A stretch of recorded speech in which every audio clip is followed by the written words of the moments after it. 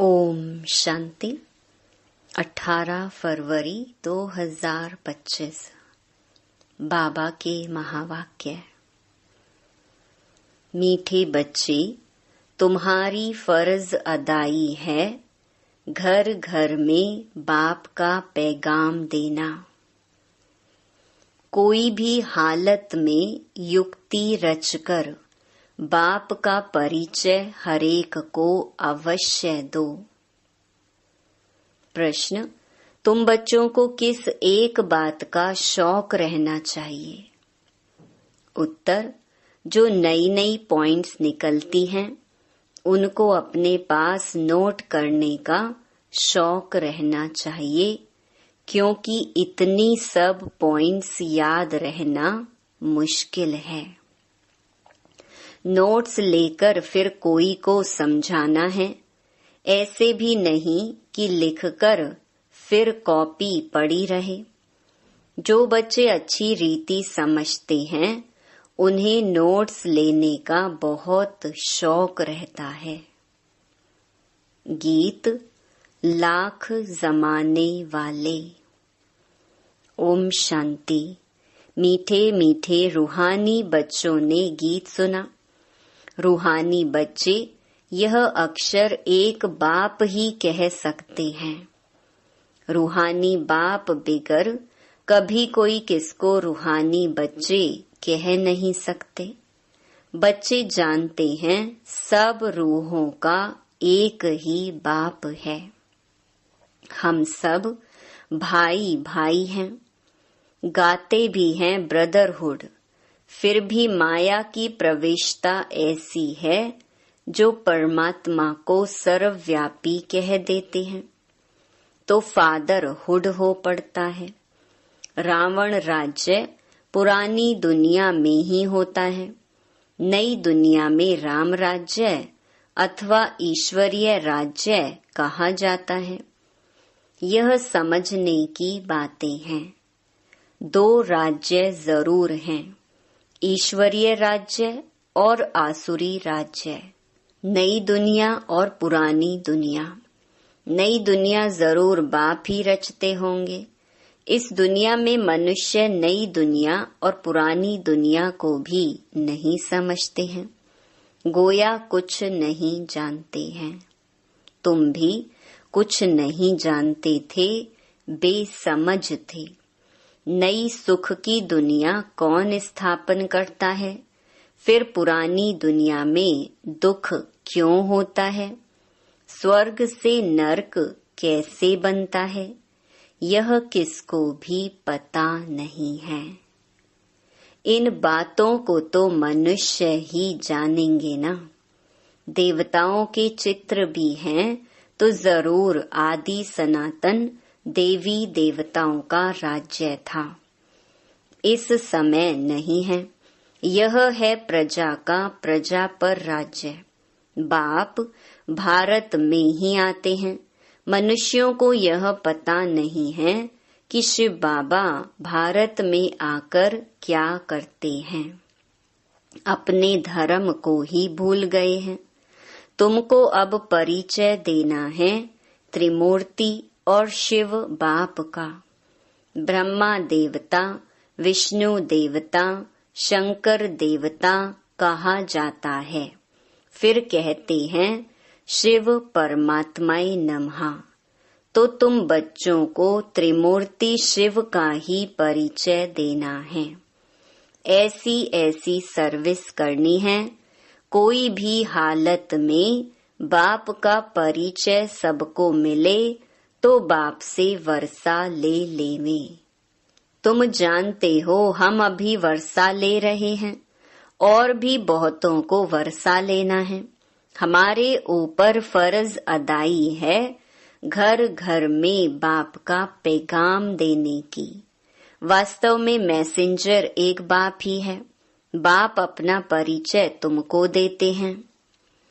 तुमको फिर औरों को बाप का परिचय देना है, बाप की नॉलेज देनी है। मुख्य है त्रिमूर्ति शिव। इनका ही कोट ऑफ आर्म्स भी बनाया है। गवर्नमेंट इनका यथार्थ अर्थ नहीं समझती है। उसमें चक्कर भी दिया है, चरखे में सल, और उसमें फिर लिखा है सत्यमेव जयते। इनका अर्थ तो निकलता नहीं। यह तो संस्कृत अक्षर है। अब बाप तो है ही ट्रुथ। वह जो समझाते हैं उससे तुम्हारी विजय होती है सारे विश्व पर। बाप कहते हैं मैं सच कहता हूँ, तुम इस पढ़ाई से सच सच नारायण बन सकते हो। वो लोग क्या क्या अर्थ निकालते हैं वह भी उनसे पूछना चाहिए। बाबा तो अनेक प्रकार से समझाते हैं। जहाँ जहाँ मेला लगता है वहाँ नदियों पर भी जाकर समझाओ। पतित पावन गंगा तो हो नहीं सकती। नदियाँ सागर से निकली हैं, वह है पानी का सागर। उनसे पानी की नदियाँ निकलती हैं। ज्ञान सागर से ज्ञान की नदियाँ निकलेंगी। तुम माताओं में अब ज्ञान है। गौ मुख पर जाते हैं, उनके मुख से पानी निकलता है। समझते हैं यह गंगा का जल है। इतने पढ़े लिखे मनुष्य समझते नहीं कि यहाँ गंगा जल कहाँ से निकलेगा। शास्त्रों में है कि बाण मारा और गंगा निकल आई। अब यह तो है ज्ञान की बातें। ऐसे नहीं कि अर्जुन ने बाण मारा और गंगा निकल आई। कितना दूर दूर तीर्थों पर जाते हैं। कहते हैं शंकर की जटाओं से गंगा निकली, जिसमें स्नान करने से मनुष्य से परी बन जाते हैं, मनुष्य से देवता बन जाते। यह भी परी मिसल है ना। अब तुम बच्चों को बाप का ही परिचय देना है, इसीलिए बाबा ने यह चित्र बनवाए हैं।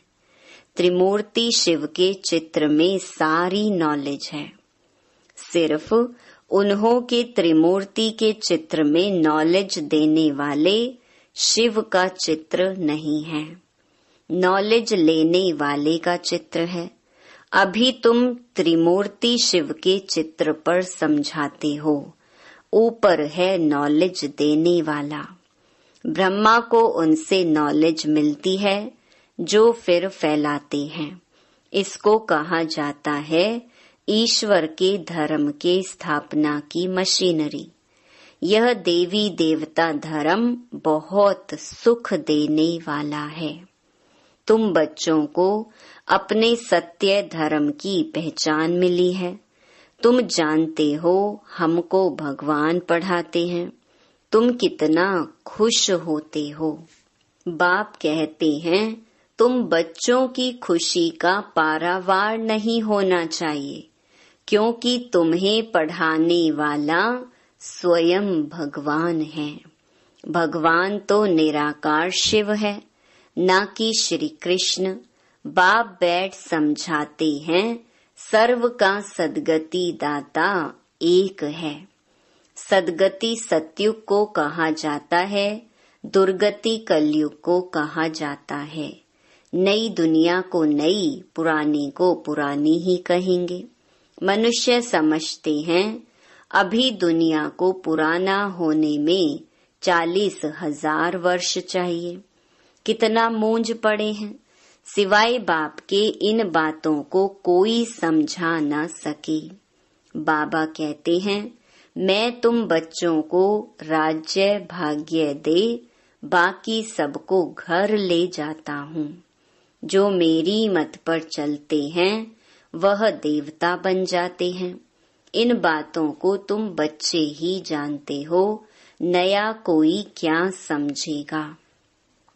तुम मालियों का कर्तव्य है बगीचा लगाकर तैयार करना। बागवान तो डायरेक्शन देते हैं। ऐसे नहीं बाबा कोई नयों से मिलकर ज्ञान देगा। यह काम मालियों का है। समझो बाबा कलकत्ते में जाए तो बच्चे समझेंगे हम अपने ऑफिसर को, फलाने मित्र को बाबा के पास ले जाएं। बाबा कहेंगे वह तो समझेंगे कुछ भी नहीं।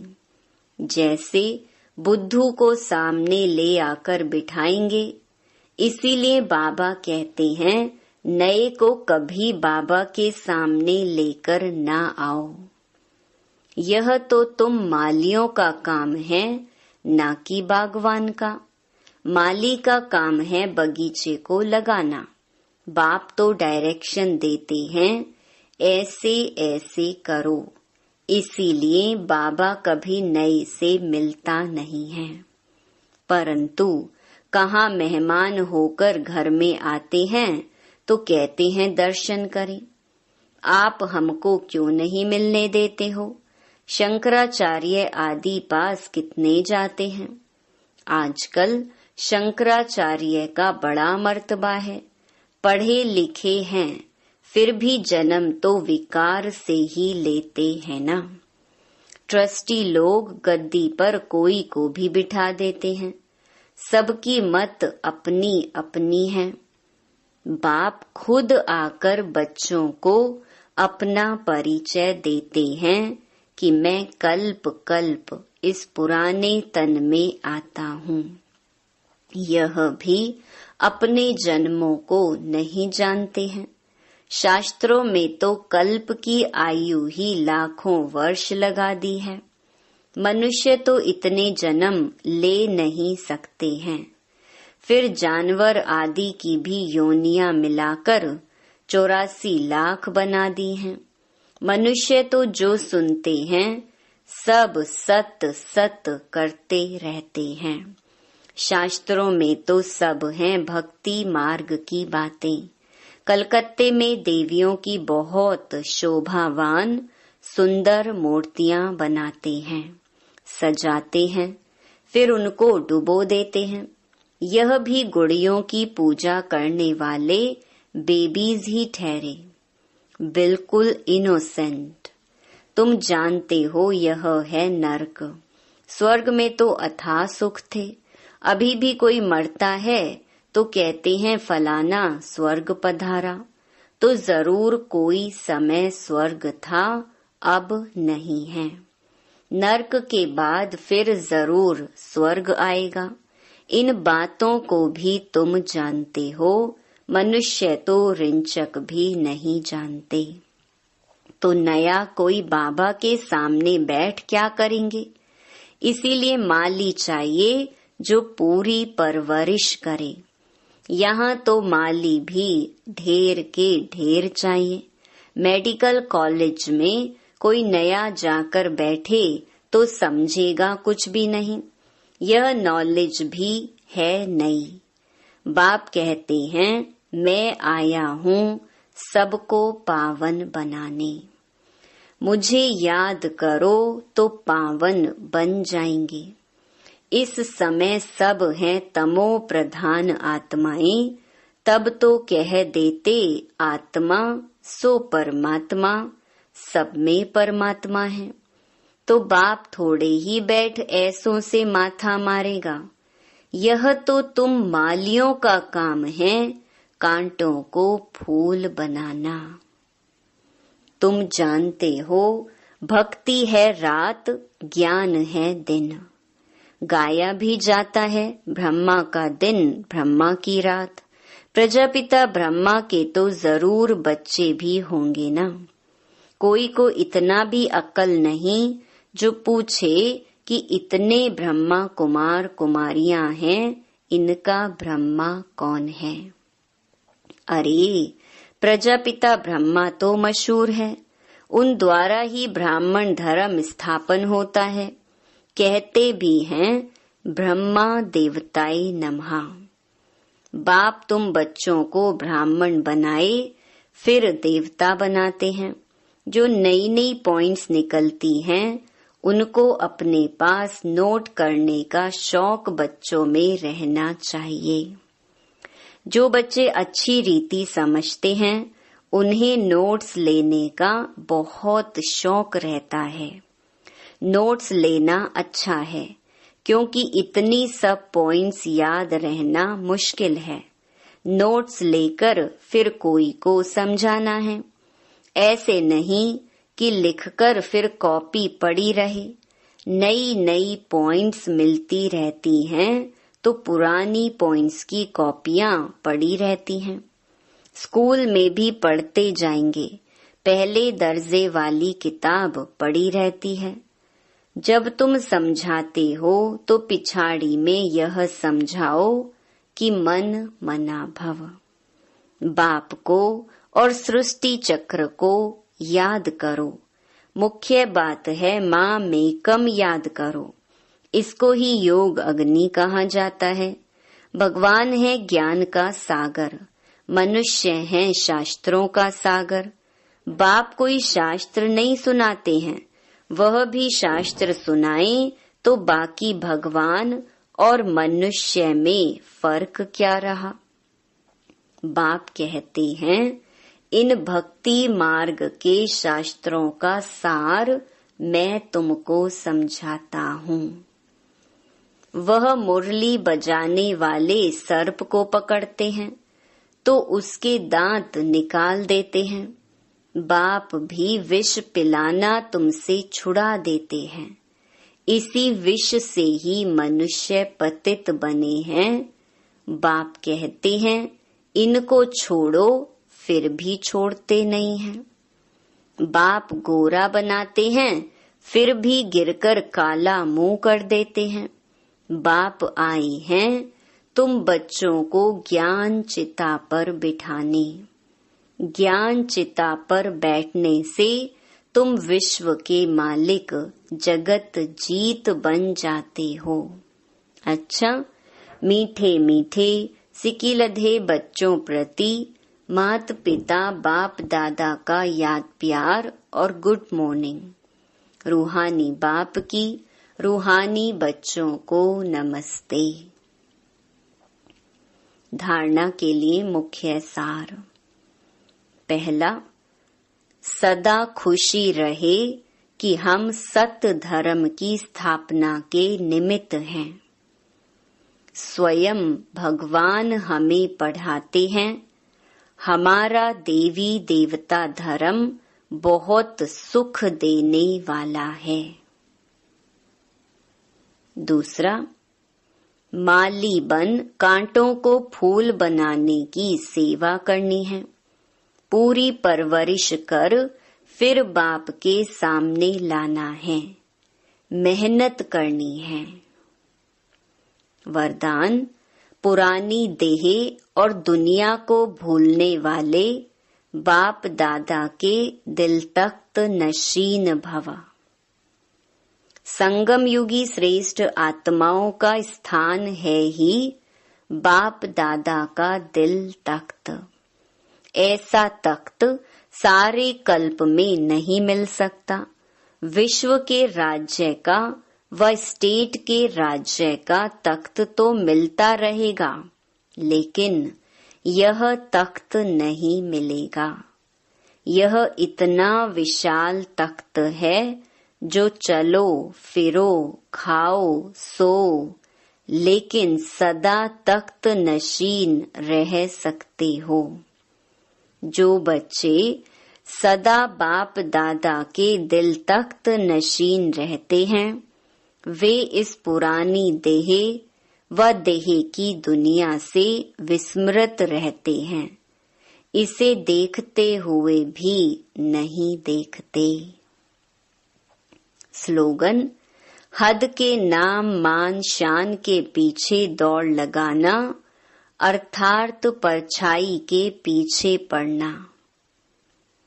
अव्यक्त इशारे, जैसे कोई भी नई इन्वेंशन अंडरग्राउंड जाने से कर सकते हैं, वैसे आप भी जितना अंडरग्राउंड अर्थात अंतर्मुखी रहेंगे, उतना नई नई इन्वेंशन व योजनाएं निकाल सकेंगे।